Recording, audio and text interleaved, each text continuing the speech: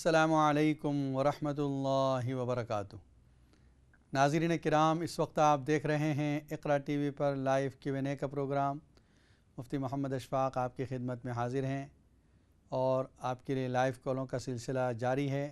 اگر آپ کے ذہن میں کوئی سوال ہو تو آپ اسٹوڈیو کے نمبر پر جو اسکرین پر ڈسپلے پر نظر آ رہا ہے فون کر کے معلوم کر سکتے ہیں۔ انشاءاللہ قرآن و سنت کی روشنی میں آپ کے سوالات کے جوابات دیے جائیں گے۔ ہجرت کا جو تذکرہ چل رہا تھا کہ مشرکین نے یہ پلان بنایا، جب مشورہ ہوا تو اس میں شیطان بھی حاضر تھا۔ کسی نے کہا کہ ان کو جلا وطن کر دیا جائے، یعنی نبی اکرم صلی اللہ علیہ وسلم کو مکہ سے نکال دیا جائے۔ شیطان نے کہا کہ اگر تم نکالو گے تو دوسرے شہر میں چلے جائیں گے، وہاں ان کے ماننے والے ہو جائیں گے، تو اس سے فائدہ نہیں ہوگا بلکہ نقصان ہوگا۔